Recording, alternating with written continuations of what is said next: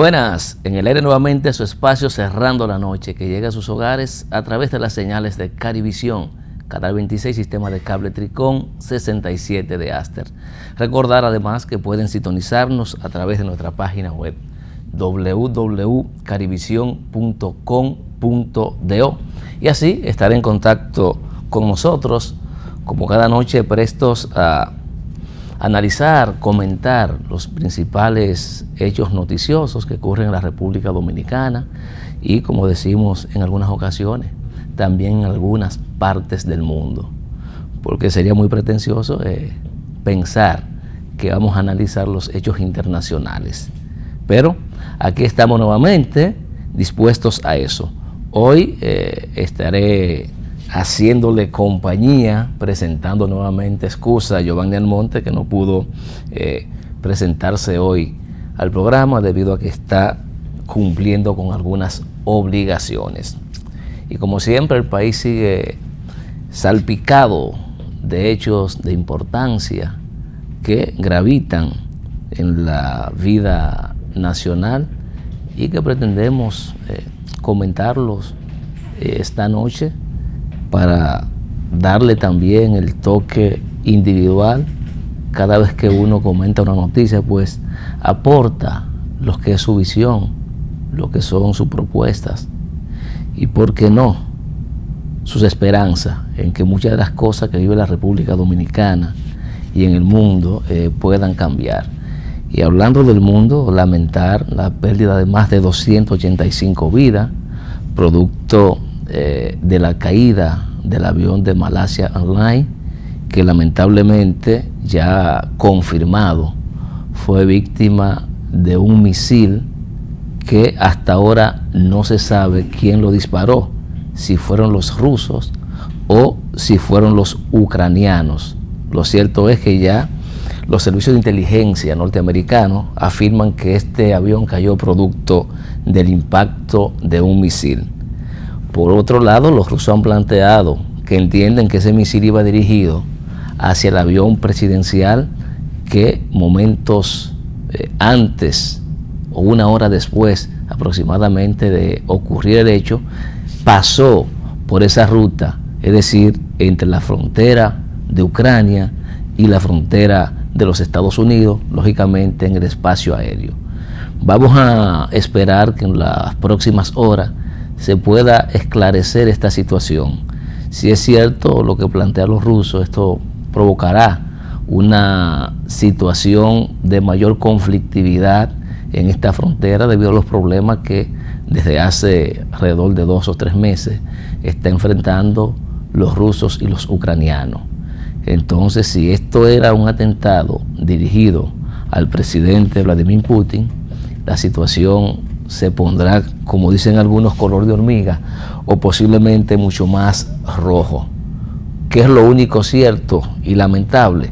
La vida de seres humanos que se perdieron, que no tienen nada que ver con el conflicto que está viviendo esta zona. Y siempre son las cosas que uno lamenta, que las partes que no están involucradas en determinado conflicto terminan siendo afectadas por acciones directas o por acciones indirectas. Y esto sí, la comunidad internacional tendrá que referirse a esta situación como debiera hacerlo, ya saliéndonos de Ucrania, con la situación que está viviendo Palestina.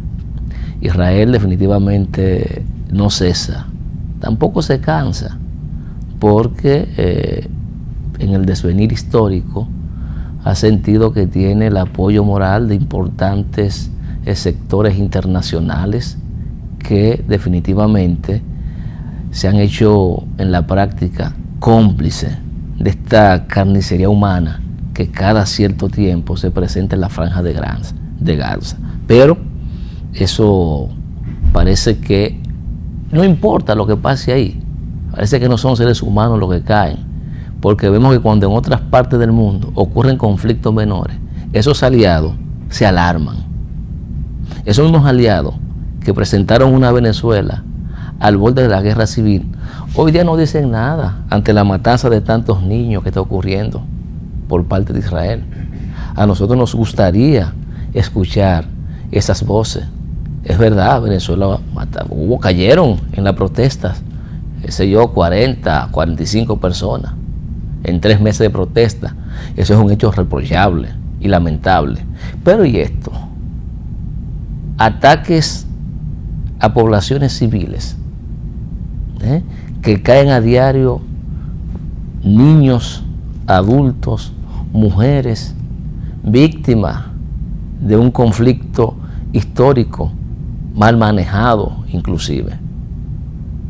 Y aparte de mal manejado, reiteramos, apoyado por grandes potencias que tienen sus malos favoritos en toda parte del mundo.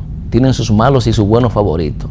No condenan eso, no hacen nada para evitarlo, y posiblemente van a pasar 50 años más de conflicto, de muerte de civiles en esa parte del mundo, sin que los organismos internacionales que tienen que velar y presionar para que eso culmine, pues lo hagan.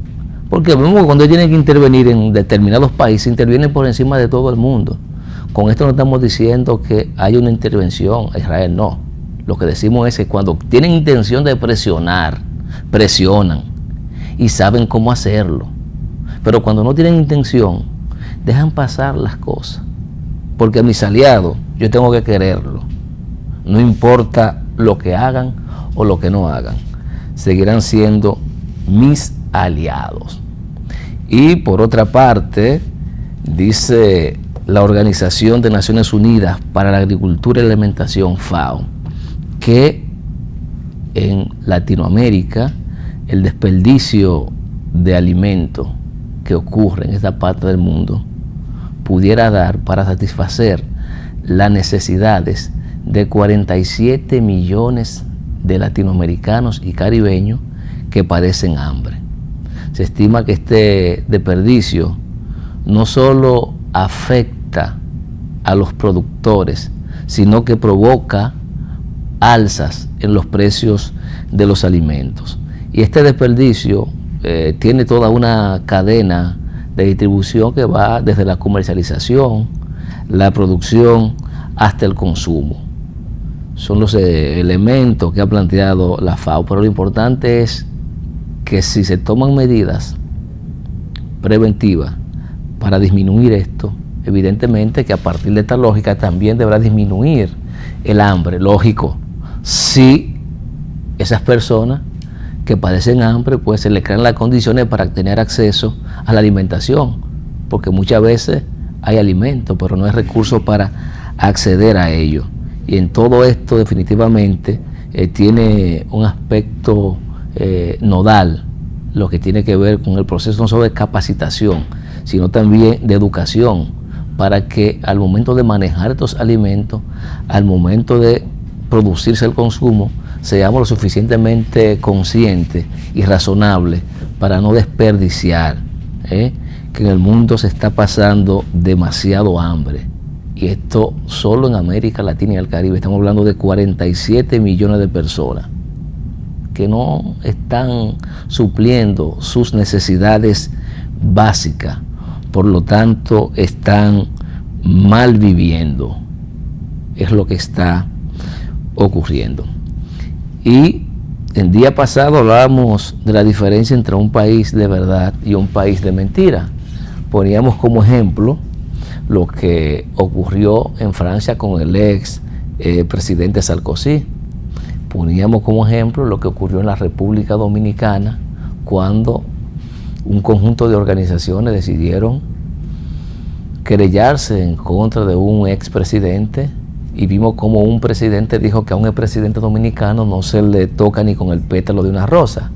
Decíamos también que en Colombia, a pesar de las dificultades que tiene, pues sus instituciones mínimamente funcionan y lo hacen de manera adecuada, y cada vez que ha habido oportunidad lo han hecho. Recordemos cuando el expresidente Álvaro Uribe intentó reelegirse donde se diseñó una estrategia para comprar legisladores que favorecieran su reelección. Eso fue conocido y fueron sancionados. Pues este jueves, la Sala Penal de la Suprema Corte de Justicia de Colombia condenó a un ex ministro del señor Álvaro Uribe a 17 años de prisión por el hecho de haber cometido actos reñidos no solamente con la moral y la ética que debe mantener un funcionario público, sino también actos delictivos. Al beneficiarse a través de terceros y al otorgar contratos que tienen que ver con los seguros agropecuarios de manera irregular. Los funcionarios del expresidente Uribe no le ha ido muy bien. Hay que recordar que hace unos meses también fueron sancionados y sometidos a la justicia María Pilar Hurtado. Esa creo que está en Panamá, exiliada. También el excomisionado de La Paz, Luis Carlos Restrepo, también condenado. Ahora esta condena cae sobre el ex ministro de Agricultura de Colombia bajo la presidencia de Uribe, Andrés Felipe Arias, quien está fuera del país, vive en Miami. Al momento de la lectura de la sentencia, lógicamente no compareció. Ya de hecho la canciller colombiana ha planteado que va a solicitar la repatriación de este funcionario a los fines de que cumpla con la condena que le ha impuesto el tribunal que ha conocido su caso. Y este funcionario tenía una buena proyección. De hecho, se pensaba que el señor Felipe Arias iba a ser el potencial sustituto de Uribe a la nominación presidencial. Pero todos estos hechos lo que hacen es confirmar lo que habían denunciado importantes sectores de Colombia, del desastre que definitivamente tenía el presidente Álvaro Uribe, que ganó muchos puntos con su política de seguridad democrática, que al final, según los hechos, ha sido todo un fiasco. Y no es casual que el señor Luis Carlos Restrepo esté siendo objeto de sanciones, sometimientos y condenas, porque también bajo su gestión como comisionado de la paz ocurrieron los famosos hechos de los falsos positivos, que reiteramos que eran personas que los militares ubicaban en diferentes comunidades campesinas de Colombia, la fusilaban, le ponían un uniforme de guerrillero y lo presentaban como guerrilleros caídos en combate. Y por esto obtenían un conjunto de incentivos que estaban previstos en las leyes colombianas. Y esa es la situación. Y a veces uno se pregunta cómo es que en un concurso que hizo History Channel, el señor Uribe Vélez obtuvo la nominación por encima de Bolívar como el personaje del siglo en Colombia, o uno de los personajes más importantes. Esas son las cosas que uno no entiende.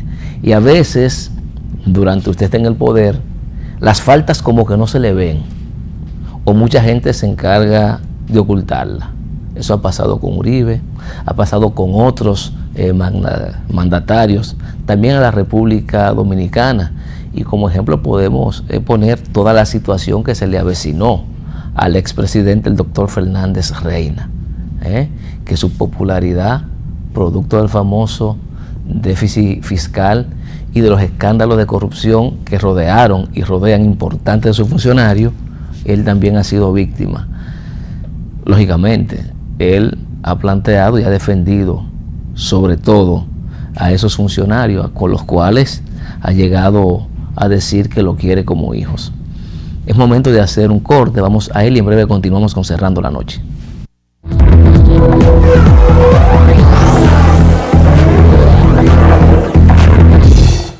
Continuamos con Cerrando la Noche. Esta noche vamos a tener una interesante conversación con el ingeniero Víctor Castro, quien es presidente de la Asociación de Empresas Industriales de Herrera y de la provincia de Santo Domingo. Buenas noches, ingeniero. Buenas noches, un placer estar aquí cerrando la noche y felicitarte por la agudeza de tus comentarios. Muchas gracias, muchas gracias. Ingeniero,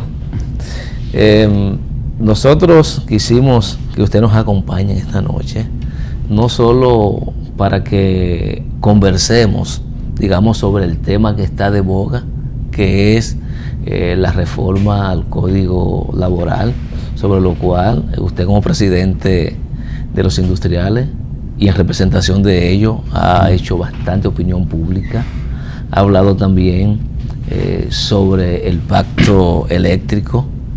De todo eso vamos a hablar, pero yo quisiera que conversemos con la audiencia sobre la situación actual que está viviendo el sector industrial en la República Dominicana, toda vez que cada vez que observamos los numeritos de los sectores que crecen y que aportan a la economía, siempre estamos ubicando telecomunicaciones, turismo, el sector bancario y financiero y el sector comercio en general, que parecería que han ido con el desvenir histórico un poco desplazando el sector industrial de la República Dominicana.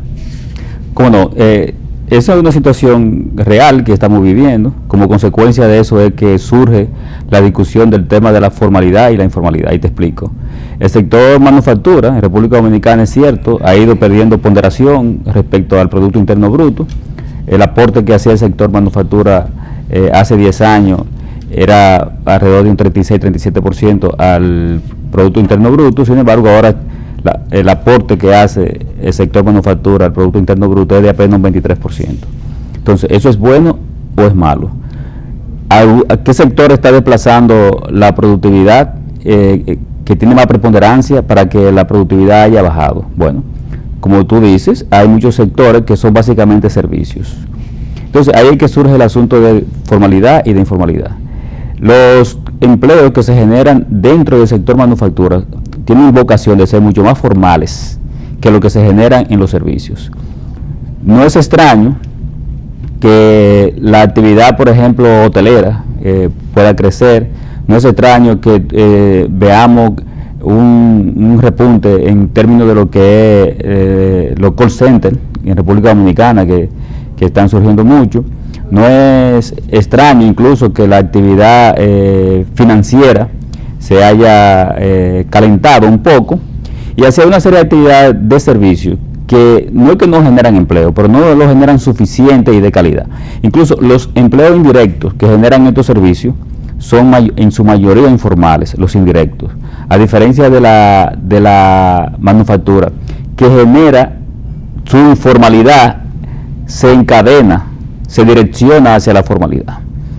Y es que República Dominicana, ningún país del mundo puede darse el lujo de tener preponderancia en los servicios y en el consumo, preponderancia respecto a la productividad. Y eso es lo que pasa en República Dominicana. Nosotros nos estamos convirtiendo solo en un país de consumo. Y es por eso que se ha satanizado tanto el asunto del acuerdo de libre comercio que tenemos con los países centroamericanos y Estados Unidos, el famoso DERECAFTA, donde nosotros vemos que la balanza comercial de República Dominicana respecto a ese acuerdo es negativa. ¿Por qué negativa? Porque nosotros importamos más productos para consumirlos que los que tenemos vocación de exportar. Entonces, la cantidad de empleo que se puede generar dentro de la producción son mucho más empleo y de más calidad que lo que se generan en servicios, incluso que en la minería. Nosotros hemos visto que el año pasado el sector minero aportó el 53% del Producto Interno Bruto de República Dominicana. Sin embargo, los empleos que se generan en minería son empleos abundantes en el inicio cuando tú vas a instalar toda la estructura, la infraestructura minera, pero en proceso ya de producción hacia la exportación, la cantidad de empleos que se generan son pocos. Entonces, de verdad, es preocupante. La industria República Dominicana ha ido perdiendo impacto los aportes que haces van disminuyendo cada año, y es algo de lo que nosotros tenemos que sentarnos a discutir, analizar y ver de qué forma revertimos eso, porque el país a la larga no se beneficia reduciendo la actividad industrial. No es que nosotros no estemos de acuerdo con que también crezcan los otros renglones de la economía, pero no debemos descuidar la producción, porque ahí es que se generan la mayor cantidad de empleos que son de más larga duración y de más calidad. ¿Cuántos empleos actualmente aporta al mercado laboral el sector industrial? Mira, no tengo cuantificado, pero sí puedo decir que en los últimos años el sector industrial en los últimos 10 años ha perdido alrededor de 100.000 empleos. Y eso es mucho, porque cuando, es lo que te decía, el sector industrial, cuando te genera una actividad industrial, esa provoca otra actividad, impacta en otra actividad y empieza a crecer otro tipo de actividad, porque la misma banca, cuando la actividad productiva nacional se calienta, se activa, en la banca se genera mucho más negocio, en el turismo se genera mucho más negocio, porque la productividad tiene la bondad que produce bienestar de manera transversal en la economía. Es un poco como la construcción, que la construcción activa todos los sectores de la vida, desde la ferretería, el comercio, la banca, la tienda, el supermercado, todo se impacta con la construcción. Asimismo es con la producción. La producción es transversal a todos los otros sectores, y por eso produce un dinamismo en todos los sectores de la vida nacional. Si fuéramos a evaluar, ingeniero, digamos el impacto que ha tenido sobre el aparato productivo nacional la implementación del modelo neoliberal en la República Dominicana, que se haya vendido también como la panacea, no solamente para la República Dominicana, sino para todos los países del mundo. Se supone que este modelo iba a contribuir a mejorar la calidad de vida de la gente, a mejorar la condición de productividad de los países, y que se supone también, dentro de esa lógica, debía fortalecer el aparato productivo nacional. Pero en la práctica todo eso ha sido inverso. La República Dominicana, ¿ustedes cómo han evaluado este proceso de liberalización de la economía y de los mercados? Mira, nosotros no podemos ponernos de espalda a la realidad. Liberalización, yo creo que esa es una etapa superada. Gracias a Dios que hubo ese proceso de neoliberalización de los mercados, que nosotros también criticamos mucho en el pasado. Pero ¿qué hubiera pasado en República Dominicana si los mercados no se abren? Bueno, que tuviéramos mucho más atrasados. ¿Qué es lo que nos está pasando? Con todos los tratados de libre comercio que República Dominicana ha firmado hasta la época, lo ha hecho en condición desigual. Ha tenido que adherirse, no ha tenido tiempo ni siquiera a discutirlo, porque nosotros siempre tuvimos el criterio un poco arcaico y no quisimos nunca abrirnos. De verdad, eso, yo te podría venir aquí también a satanizarte eso y decir que eso le afecta a la industria. Le afecta coyunturalmente, pero a la larga tiene que abrirse, tiene que beneficiarle. Por un asunto elemental, vivimos ya en un mundo global. Incluso la tecnología ha hecho que los cambios sean drásticos, rápidos, y ya para tú comprar un zapato hoy, tú puedes perfectamente verificar, comparar un precio y otro en dos tiendas en República Dominicana, pero dentro de esa misma tienda tú puedes verificar cuánto cuesta ese mismo zapato en París, o cuánto cuesta en Alemania, o cuánto cuesta en Estados Unidos, y ya eso te permite a ti tener una visión más global. Y desgraciadamente para la industria de calzado local, desde esa misma tienda que compite en términos de mercancía con una tienda que está en cualquier otra parte del mundo, tú desde esa misma tienda, desde el aire acondicionado de esa tienda, tú puedes comprar el calzado en París, tú puedes comprar el calzado en Alemania, o puedes comprar el calzado en Estados Unidos. Y lo grande de eso es que en 24 horas te puede llegar ese calzado a tu casa. Tú puedes salir un viernes para ir a una boda un sábado, y tú te pones ese calzado aunque lo compren en Estados Unidos. Entonces, eso no podemos estar al margen de eso, ni de espalda de eso. A nosotros nos conviene hacer el ejercicio de incorporarnos, de adherirnos, de abrirnos a todo lo que son los mercados. Porque, te reitero, hace 10, 15 años yo te podía decir, mira, eso es malo, y satanizar esa cosa. Pero ¿qué hubiera sido de nosotros si como empresa no nos preparamos para poder competir con la posibilidad de que una marca de cualquier país venga a República Dominicana? Que eso fue lo que pasó. A eso fue que nosotros le llamamos neoliberalismo, de abrir los mercados para que otras producciones que se hacen en otra parte del mundo pudieran venir a competir con nosotros. ¿En qué es que hemos fallado? Nosotros hemos fallado en que no nos preparamos lo suficiente, no fuimos previsores. Recuérdate que nosotros hablábamos de que Balaguer solo salía de la República Dominicana a un viaje de salud. Te acuerdas perfectamente de cuando llegó Jorge Blanco, fue que empezó a hacer algunos viajes que por cierto criticamos mucho. Y hemos criticado siempre, incluso los viajes que hizo el presidente Fernández, nosotros lo criticamos mucho, porque no entendemos que la conectividad de las naciones vienen a través de esas visitas. Y esa visita es lo que hace que nosotros establezcamos relaciones positivas, que nos pueda conectar con el mundo para ver cuáles son las oportunidades que tenemos nosotros como nación. Y además tenemos que estar bien informados respecto a lo que está pasando en otros mercados, porque la misma globalización, ¿tú sabes lo que hace?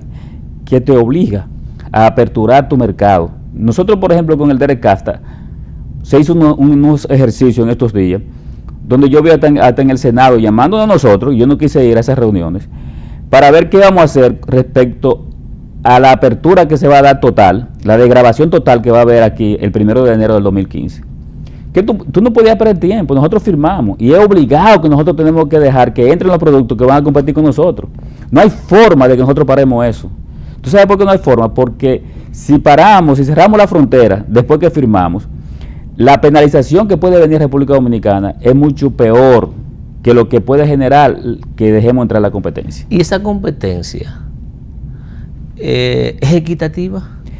Bueno, es asunto de que nosotros en República Dominicana todas las cosas las hacemos bajo presión. ¿Tú crees que nosotros no sabíamos que el 2015, hace 10 años, nosotros sabíamos que en el 2015 se iba a abrir las aduanas? Esto es que cualquier producto de Estados Unidos o de Centroamérica va a poder entrar a República Dominicana libre de impuestos. Tú puedes comprar un carro, un Impala, un Chevrolet en Estados Unidos en el 2015 y tú lo traes sin pagar un centavo. Nosotros sabemos eso, desde hace 10 años lo sabemos, pero estamos durmiendo en nuestros laureles, no nos hemos querido preparar, pero ya cuando estamos a la puerta de eso, de esa desgravación, ahora nos estamos preocupando, en lugar de ocuparnos hace 10 años. Entonces, tenemos esa desventaja en República Dominicana, que todas las cosas las hacemos bajo presión, pero afortunadamente este es un país valiente, de gente muy trabajadora, y nosotros en pocos años, tú vas a ver que nosotros vamos a alcanzar los niveles de competencia que tienen las otras naciones, nosotros lo vamos a alcanzar. Vamos a sufrir un poco. Sin embargo, también con todos estos acuerdos que nos abren los mercados, hay otras herramientas que la gente no conoce. El país, gracias a Dios, se ha ido institucionalizando, pero es gracias a esos acuerdos. El acuerdo no es solamente que yo firmo para que tú traigas tu producto y yo lleve los míos. No, hay unas reglas claras que tenemos que dar. Aquí hay un marco legal que se dio como consecuencia del Derek Kafta. Y te puedo señalar, por ejemplo, en República Dominicana, el clima de hacer negocio hoy es mucho mejor que hace 10 años.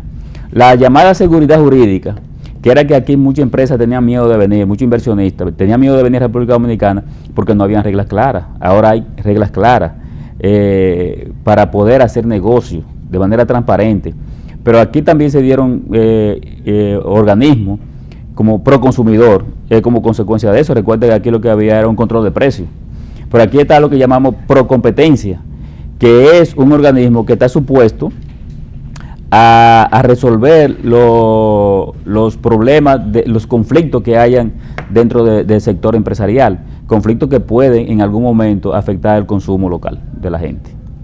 Según lo planteado por usted, hace un tiempo el sector industrial aportaba cerca del 33% del Producto Interno Bruto, pero hace unos años eso ha ido disminuyendo al punto que ha caído 10 puntos porcentuales. Sí, así es. 10 puntos porcentuales.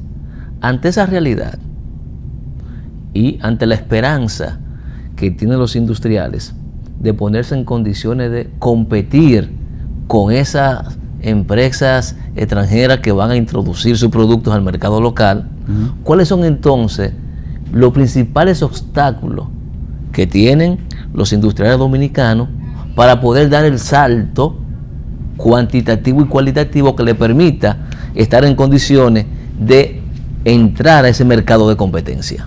Mira, inteligente pregunta, que te agradezco incluso que me la haga, porque a veces uno presenta problemas, obstáculos, y a mí me gusta también presentarlos paralelamente las alternativas de solución que hay a esos males.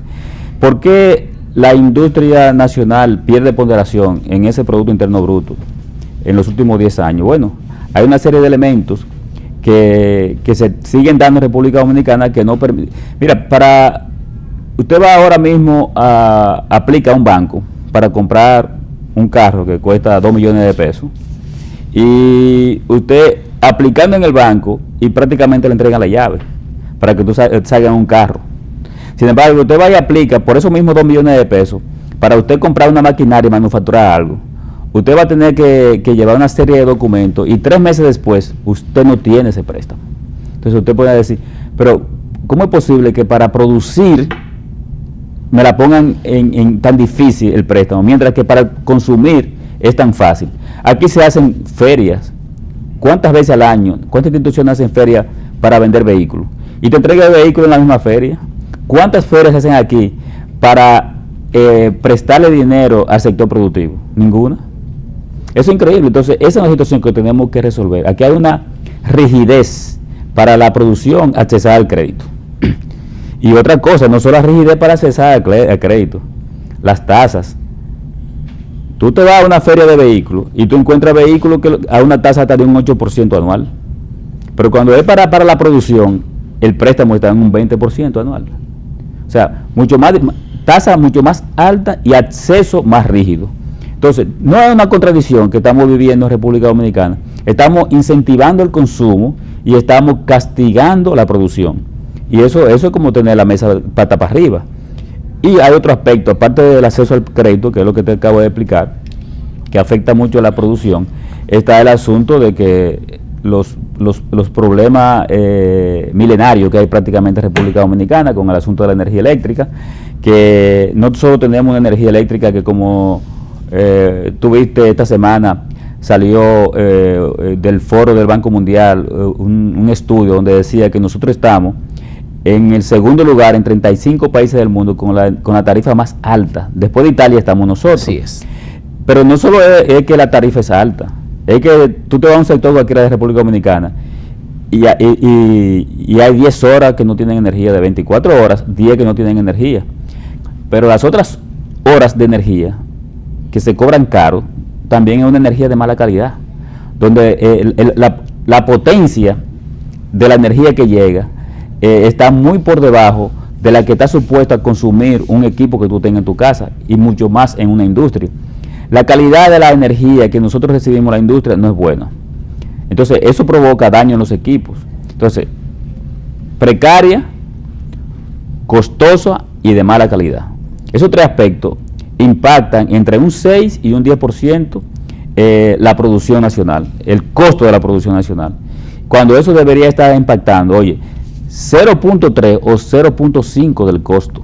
A nosotros nos está costando, ¿cuántas veces? 200 veces eso. O sea, porque te estoy hablando de 0.3 a 0.5 y sin embargo a nosotros nos impacta entre un 6 y un 10%. O sea, eso es terrible. Pero también lo vamos a ver en términos de lo que es el transporte. El transporte de carga de República Dominicana es un transporte monopólico. Usted sabía que yo no puedo ir en un camión mío a un muelle a retirar una mercancía mía.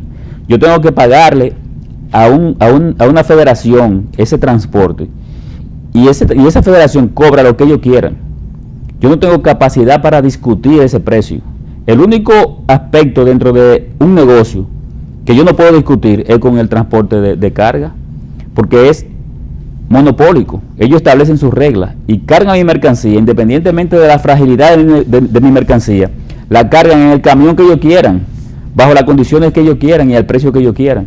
Entonces, bajo una situación así, tú no puedes desarrollar una industria, tú no la puedes hacer competitiva, y hay muchos otros aspectos que siguen afectando. La seguridad, por ejemplo, es un aspecto que afecta mucho las empresas, porque ya hasta para tú mandar un camión de un territorio a otro, tú tienes que mandarlo con un guachimán. Entonces, hay muchos aspectos que afectan la producción, que no afectan a otros sectores, pero sí a la producción. ¿Y el aspecto impositivo tributario? Mira, yo de verdad que no me gusta venir a los medios a pedir cosas, porque yo lo digo claramente, nosotros somos empresarios y somos privilegiados. Entonces se ve muy mal que yo venga a un medio de comunicación a pedir privilegios, canonjías, incentivos, exenciones fiscales. A mí no me gusta hacer ese tipo de ejercicio, porque el país tiene muchas necesidades. Yo creo que el gobierno tiene que enfocarse en resolver la necesidad de los más pobres, de los que menos tienen, de los más desamparados, ¿no?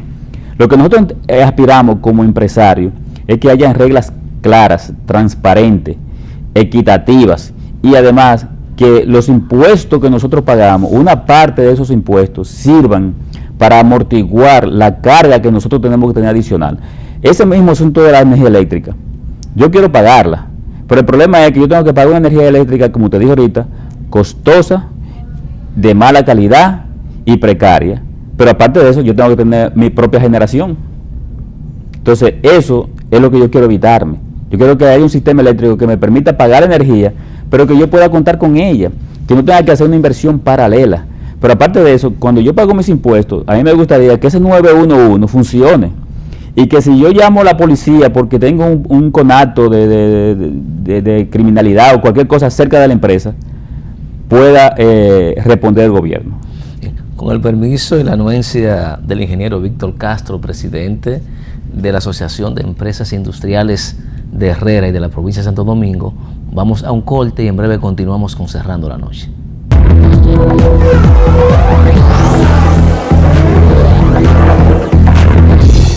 Continuamos con Cerrando la Noche y esta interesante conversación con el ingeniero Víctor Castro. Ingeniero, cuando abordamos el problema de los principales obstáculos que enfrenta el sector industrial para estar en condiciones de competir, ya de cara a toda esta política de apertura de mercado, esta política de acuerdo de libre comercio que ha establecido, entra en plena vigencia a partir de 2015. Identificamos entonces como obstáculo el acceso al crédito, las tasas de interés. Se identificó además el problema de la energía eléctrica. Un tercer elemento que identificamos fue el costo del transporte. Hablamos del problema impositivo, pero ya explicó esa parte. ¿Qué vamos a hacer entonces con esos tres problemas para que en los próximos 5 o 10 años el sector industrial nacional esté en condiciones de competir con estos productos y empresas internacionales que habrán de copar el mercado dominicano con sus mercancías? Mira, es que en República Dominicana tenemos que estar convencidos de que los problemas nuestros están en nosotros y no podemos buscar culpable externo, ni fuera del país, pero tampoco nosotros mismos como dominicanos podemos ir buscando culpabilidades, que es un poco el ejercicio que se hizo la semana antepasada entre el Banco Central y el CONEP, que hicieron un ejercicio, una perdedera de tiempo que yo nunca la entendí, hablando sobre la informalidad y quién era el culpable de la informalidad. Señores, el culpable de la informalidad somos nosotros, los empresarios y el gobierno. ¿Por qué se produce empleo informal en República Dominicana? ¿Porque la gente quiere irse a la informalidad? No, porque no hay otra opción. Nosotros somos los culpables porque el sector empresarial no ha sido capaz de crear lo suficiente empleo de calidad para que la gente venga a un empleo de calidad, pero el gobierno tampoco ha sido capaz para crear lo suficiente empleo de calidad y por eso existe la informalidad. Ahora, ¿cómo vamos nosotros a resolver el problema de energía eléctrica, el problema de transporte y financiamiento y de acceso al crédito? Acceso al crédito. Bueno, yo te puedo empezar, y a mí no me gusta mucho diluirme en los temas, pero es que tus preguntas son muy inteligentes, y es en lo siguiente. Nosotros decimos, aquí tiene que haber 3 pactos fundamentales, que lo manda la Estrategia Nacional de Desarrollo, que ya nos dimos uno, que es el de la educación por una educación de calidad, el eléctrico, que casi lo vamos a discutir, y el más transversal de todo, que es el pacto fiscal.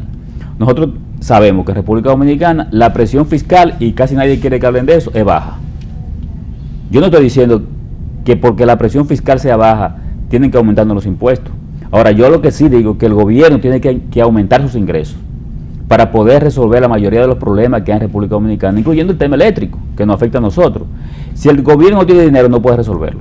Entonces, nosotros aspiramos que la presión fiscal de República Dominicana aumente, de un 14.15, que ojalá aumente a un 20 en los próximos 3 años, porque así le da la potencialidad al gobierno de tener suficientes recursos.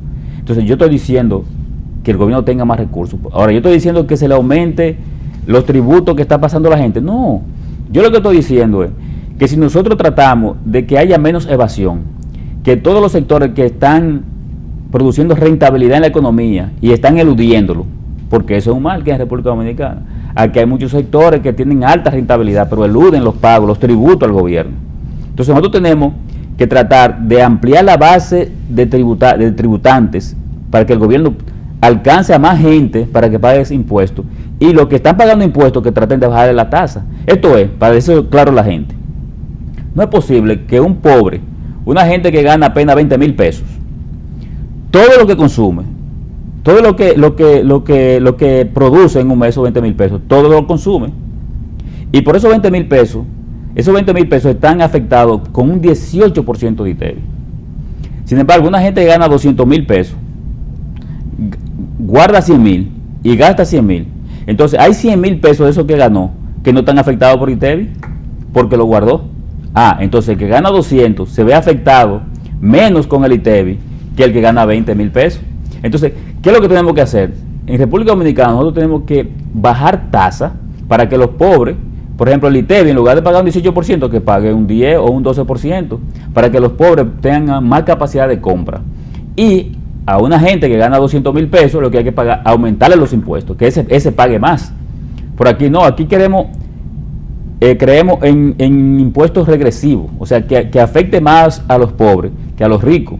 Entonces, de esa forma nosotros estamos haciendo consumidores pobres, consumidores con poco poder adquisitivo, y eso afecta a la industria, eso afecta al comercio, eso afecta a la producción, porque nuestros principales clientes son nuestros propios trabajadores.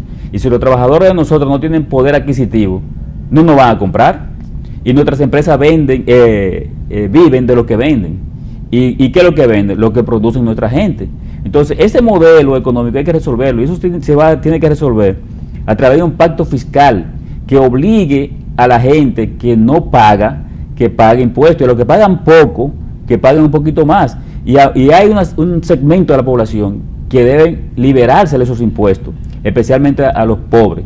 Entonces, en otra palabra, nosotros entendemos que las tasas tributarias en República Dominicana deben flexibilizarse los tributos, y las tasas deben bajar un poquito más, para que más gente venga a la formalidad, para que más gente pague impuestos, pero no mucho más, sino más gente pagando impuestos, aunque la mayoría de gente pague menos.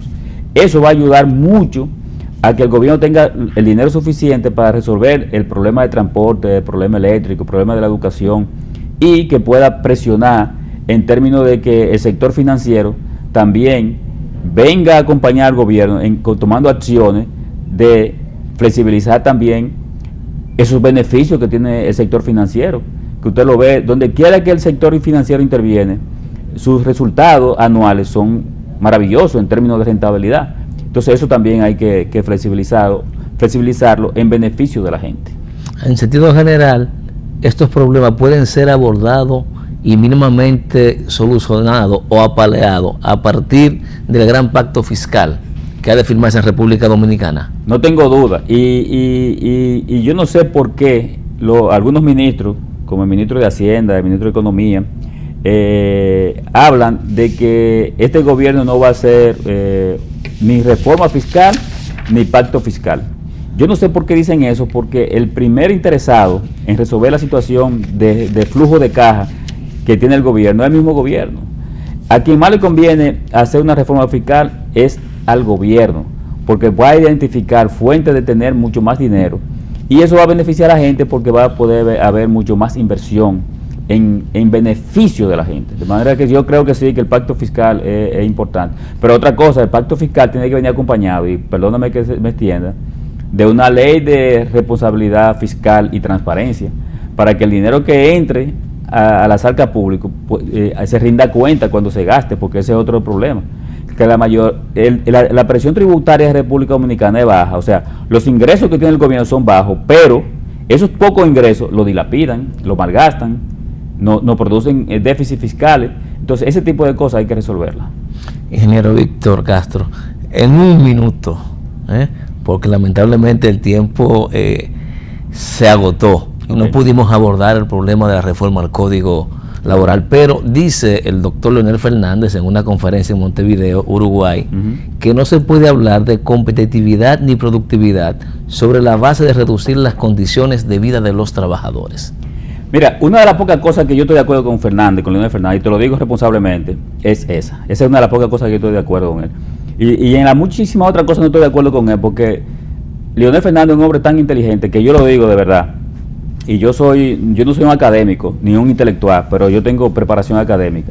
Te puedo decir, Leonel Fernández es un hombre preparado, que nos lleva a nosotros 10 o 15 años luz encima de nosotros. Sin embargo, tuvo la oportunidad y empobreció este país.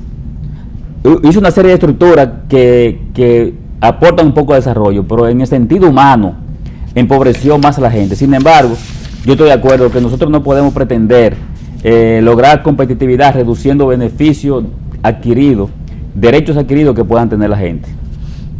Bien, gracias al ingeniero Víctor Castro, quien es el presidente de la Asociación de Empresas Industriales de Herrera y de la provincia de Santo Domingo, por habernos acompañado y compartir su tiempo con nosotros, encerrando la noche, reiterando las gracias.